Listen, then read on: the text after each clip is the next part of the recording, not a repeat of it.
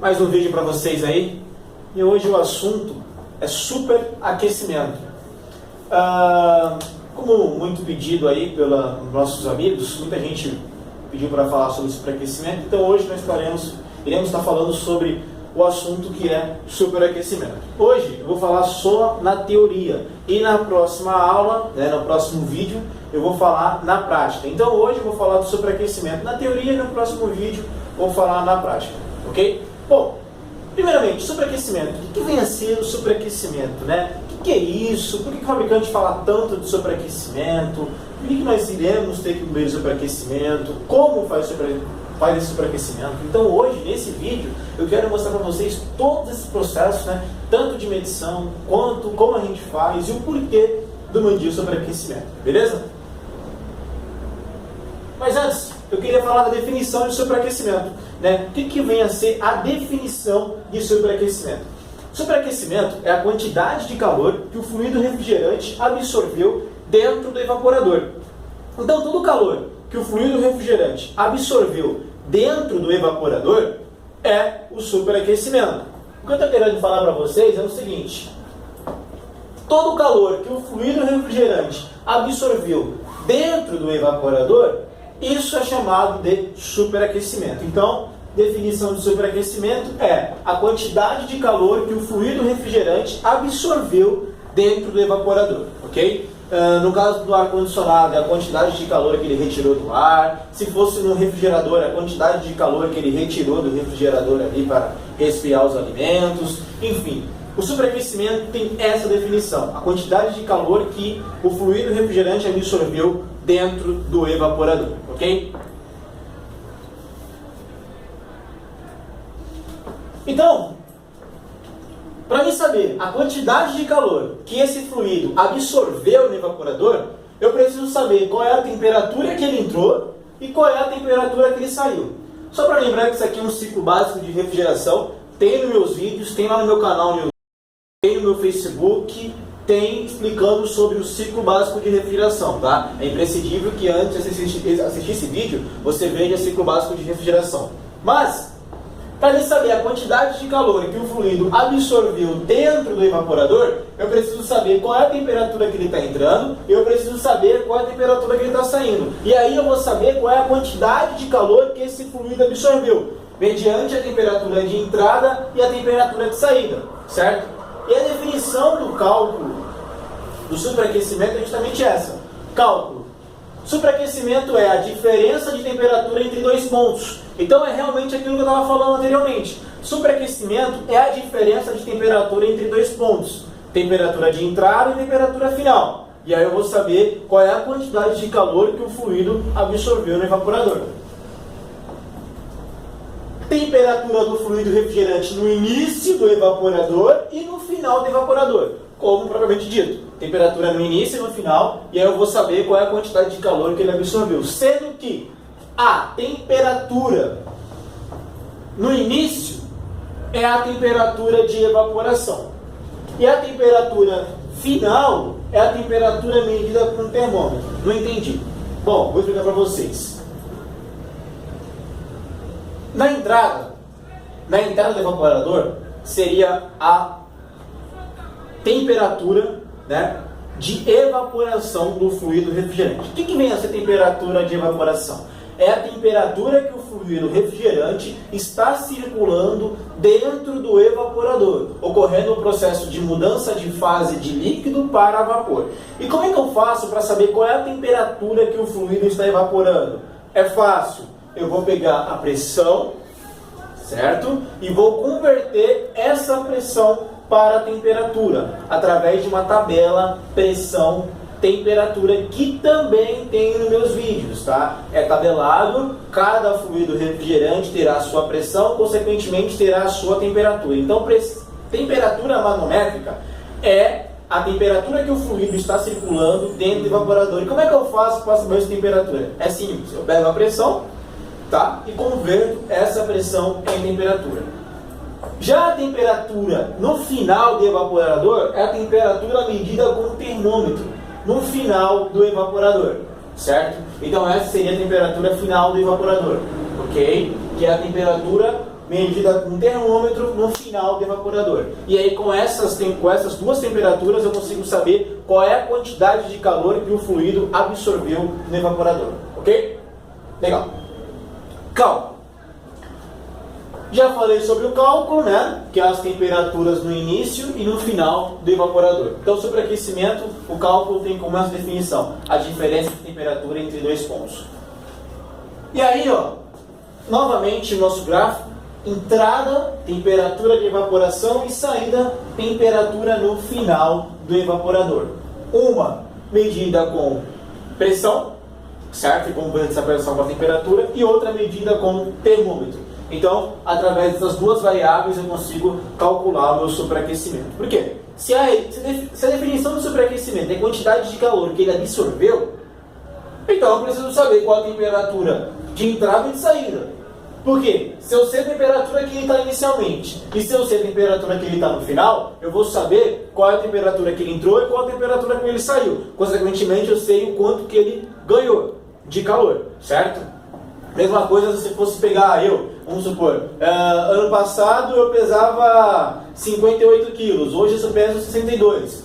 Quantos quilos eu ganhei do ano passado até hoje? Então eu ganhei quanto? 4 quilos, porque eu tinha 58 e agora estou com 62. Então com a entrada e com a saída eu consigo saber o quanto que eu ganhei de peso. Mesma coisa daí para cá. Com o dado inicial e o dado final, eu sei o quanto ele absorveu, o quanto ele ganhou de calor dentro do evaporador, tá? Então eu vou saber quanto que o fluido ganhou de calor aonde? Dentro do meu evaporador, ok? Bom, e aí nós temos a fórmula. A galera, quando fala de fórmula, a galera começa a se assustar, né, um pouco. Fica tranquilo. A fórmula é bem simples, bem básica. Que é o que? TS menos TE, que é igual a SA. Meu Deus do céu. Preciso derivar, preciso achar raiz quadrada, preciso... Não, fica tranquilo. É só uma continha de menos, de subtração. TS é a temperatura de sucção. TE é a temperatura de evaporação, que vai me resultar o meu superaquecimento. Não entendi. Vamos lá. A temperatura de sucção é a temperatura medida com o termômetro no final do evaporador.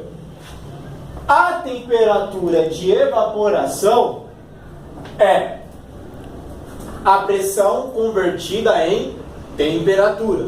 Ok? Beleza? Tá? A gente vai ver lá na frente, tem alguns slides um pouco que vai dar uma explicação melhor para vocês conseguirem entender. Ok? Aí eu tenho um desenho aí de um ar-condicionado de split 9000 BTU/hora, tá? Com expansão na condensadora, ok? Então nós temos aqui nossa evaporadora e nossa condensadora, a unidade evaporadora e unidade condensadora. Nós temos um tubo aí, um de líquido, outro de sucção. Lembrando que a expansão está na condensadora, então o fluido refrigerante já sai expandido aqui na linha de líquido, tá? E aí ele volta aqui, ó, né, em vapor aquecido que vai para o vapor em baixa pressão e baixa temperatura, perdão, que vai para o compressor, ok? Então vamos lá, um de líquido, outro de sucção. Aí eu coloquei aqui até um exemplo aqui bem prático para vocês identificar esses dois tubos. Um de 1/4 e o outro de 3/8 nessa situação aqui desse equipamento que nós criamos apenas para mostrar para vocês o tubo de líquido e o tubo de sucção, ok? Bom, aquela temperatura de sucção, a temperatura de sucção é a temperatura, tá, no final do evaporador. Então, eu posso pegar aqui, ó, 10 centímetros antes da entrada da minha condensadora e colocar meu termômetro, tá? Imagina que aqui eu tenho 10 centímetros aqui, e aí eu posso colocar meu termômetro. Aonde? 10 centímetros da entrada da minha condensadora, ok? No meu tubo de sucção. Tá? No meu tubo de sucção, o tubinho mais grosso. Então 10 centímetros do meu tubo de sucção, eu vou instalar o meu termômetro, aonde eu vou medir a temperatura de sucção, ok? Que é a temperatura, não deixa de ser a temperatura do final do evaporador, certo? E minha temperatura de evaporação é a minha pressão. Pode colocar pressão de baixo, tá? Pode ser pressão de baixa, você pode determinar quanto é pressão de baixa.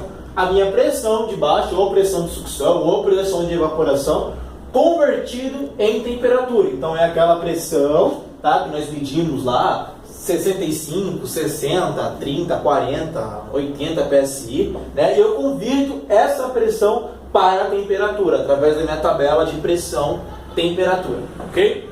Espero que tenha entendido. Líquido, sucção, evaporador, condensador, tá? Só rapidamente repetindo, termômetro, no final do tubo de sucção e pressão manométrica, ok? Pressão do meu tubo de sucção, pressão de baixa, pressão de evaporação, e aí vai depender, cada região fala de um jeito aí, né?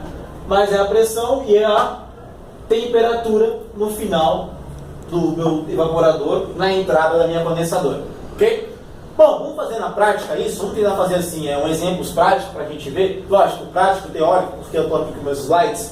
Bom, eu peguei, antes eu queria falar o seguinte, quem vai determinar os valores de superaquecimento será o fabricante do equipamento. Então assim, quanto que tem que ficar essa diferença? Quem vai determinar isso vai ser o fabricante. E isso pode variar de equipamento para equipamento, de fluido para fluido. Então isso pode sofrer algumas variações, tá? Pode ser que o fabricante fale de 5 a 7, pode ser que outro fale de 7 a 14, pode ser que um fale de 7 a 12. Então é sempre bom você olhar no manual do fabricante e lá no manual vai estar especificando qual é o teu superaquecimento. Se é de 5 a 12, se é de 5 a 7 a 12, enfim. Lá no manual vai estar marcando lá na parte do superaquecimento qual é o superaquecimento do teu equipamento.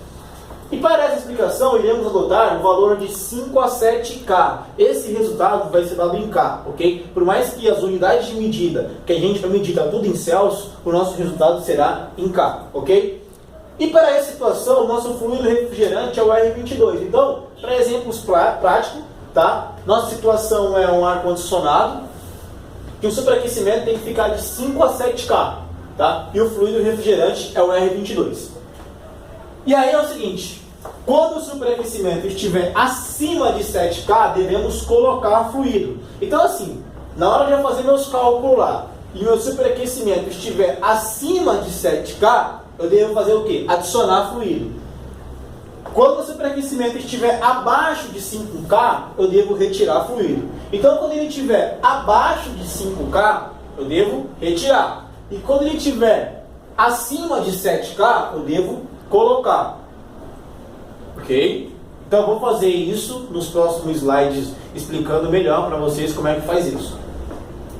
Bom, estou com uma situação aqui que eu estou medindo a temperatura com o termômetro lá no final do tubo de sucção. A temperatura é de 10 graus Celsius, tá? Medi lá então meu termômetro, né? Medi com o termômetro e deu 10 graus Celsius. A pressão é de 30 PSIG. E aí, logicamente, eu já converti isso, né? E aí eu converti essa pressão para a temperatura e deu menos 14 graus Celsius. Vamos fazer então o cálculo? Lembrando que a fórmula é temperatura de sucção menos temperatura de evaporação. Então eu vou pegar esse 10 e subtrair com esse menos 14. Que está aqui, ó, temperatura de sucção menos temperatura de evaporação, que é igual a SA. 10, temperatura de sucção, menos, que já é da fórmula, tá? E aí menos 14. Por que menos 14? Porque essa pressão convertida em temperatura. Então 10 menos 14 vai dar 24K. Que isso? Eu não entendi. É o seguinte. Como eu tenho menos com menos, isso é matemática, tá? Menos com menos vai dar mais. Então nessa situação, se eu tenho aqui 10, tá? Positivo. Aí eu tenho menos que da fórmula, certo? E aí o meu número aqui é menos 14. Por quê? É esse númerozinho aqui, convertido de pressão para temperatura. Então se é menos 14, menos com menos, vai dar mais. Então o resultado vai dar 24K, porque em vez de ser menos com menos, agora ficaria 10 mais 14. Então 10 mais 14 dá 24. Por quê? 10, menos com menos vai dar mais, tá? Então seria 10 mais 14. Então 10 mais 14 deu 24K. 24 está maior do que 7K, né? Então, lá, SA maior que 7. Então, eu preciso fazer o quê? Adicionar fluido. Lembra que eu falei? quando o superaquecimento estiver maior do que 7, eu devo adicionar fluido. Então, meu superaquecimento está muito alto nesse caso, ele está maior do que 7K, então eu preciso fazer o quê? Adicionar fluido para diminuir o superaquecimento. Então, eu vou começar a adicionar fluido a tal ponto de diminuir o meu superaquecimento, ok? Vamos para outro exemplo? Ok, outro exemplo, temperatura aqui de sucção, medida 10 graus Celsius, permaneci com a mesma temperatura, tá? A pressão, aqui não é 30, aqui a pressão. Aqui, se eu não me engano, é 66. Deixa eu só arrumar aqui rapidamente, aqui, porque não é 30 não. Aí, aqui, beleza. Legal. Já foi. Deixa eu só voltar lá.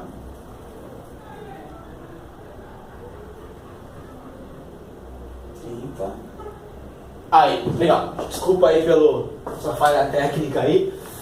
É o seguinte. Outra situação aqui. Pressão 66 psig. Ok? Converti essa pressão, deu 3,4. Certo? Então, 66 psig, converti, deu 3,4. Temperatura no manômetro, 10 graus Celsius. Então, 10 menos 3,4, que está aqui. Temperatura de sucção menos temperatura de evaporação, que é igual ao superaquecimento. Então, 10 menos 3,4 vai dar 6,6K. Lembra que o superaquecimento tinha que ficar de 5 a 7K? 6,6 está dentro. Então, meu superaquecimento está, ó, ok. Beleza? Então, eu não preciso nem de adicionar e nem de retirar fluido, tá?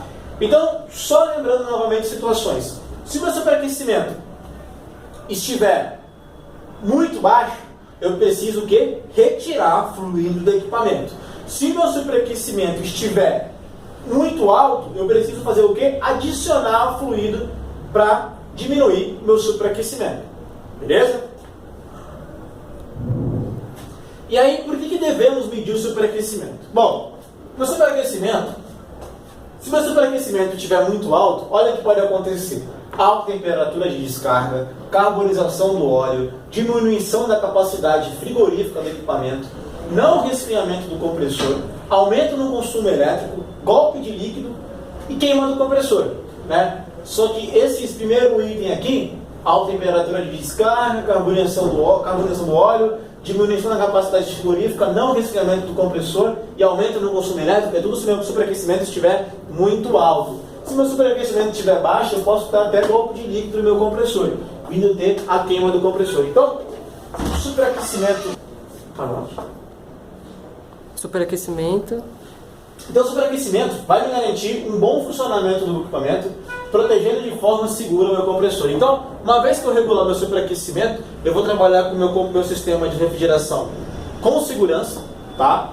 Me garantindo que um bom funcionamento do meu sistema, protegendo de forma bem segura o meu compressor. Então, eu vou evitar queima no compressor, vou evitar algum dano, vou evitar golpe de líquido. Então, eu vou evitar todas as variáveis, tá? Então, sempre tenho que medir o meu superaquecimento, sempre tenho que fazer o meu superaquecimento, sempre tenho que calcular o meu superaquecimento para garantir que o meu equipamento trabalhe de forma segura, tá? Porque se eu não medir meu superaquecimento, se eu colocar lá por pressão, vou colocar uma pressão aí, vai colocar 65 psig, vou colocar 65 psig para funcionar, viu? Teu sistema pode ser que ele não venha trabalhar em boas condições. Então, o meu superaquecimento vai garantir um bom funcionamento do equipamento, tá? Permitindo que meu compressor trabalhe de forma segura, sem ter nenhum dano de queima, nem dano no meu compressor, ok? Era isso que eu gostaria de falar um pouco sobre o meu superaquecimento, tá? Enquanto a posição do termômetro, aonde eu devo colocar, como eu coloco esse termômetro, qual é a posição que eu coloco ele no tubo, tudo isso eu quero falar para vocês lá na prática, lá quando a gente for fazer a filmagem prática lá eu explico para vocês qual é a posição que ele deve estar, qual é a colocação dele, como colocar ele e tudo mais. Deixa eu só colocar aqui, né? Então, tá aí, foi falado do superaquecimento, né? É a quantidade de calor que o fluido absorveu. E para mim saber essa quantidade de calor que ele absorveu, eu preciso ter a temperatura inicial e a temperatura final. E aí tem a nossa fórmulazinha aqui. Espero que vocês gravem essa fórmula, tá? É uma fórmula que a gente iremos trabalhar muito, ok? E aí, para quem quiser mais dúvidas aí, quiser tirar alguma dúvida, algum toque, alguma informação, tá aí meu contato aí, tá? Só entrar em contato por esse, ou pelo WhatsApp ou pelo e-mail, tá? Espero que vocês tenham gostado do vídeo. Quem gostou aí, dá um curtir aí na nossa página aí, beleza? E é isso aí, galera. Até mais.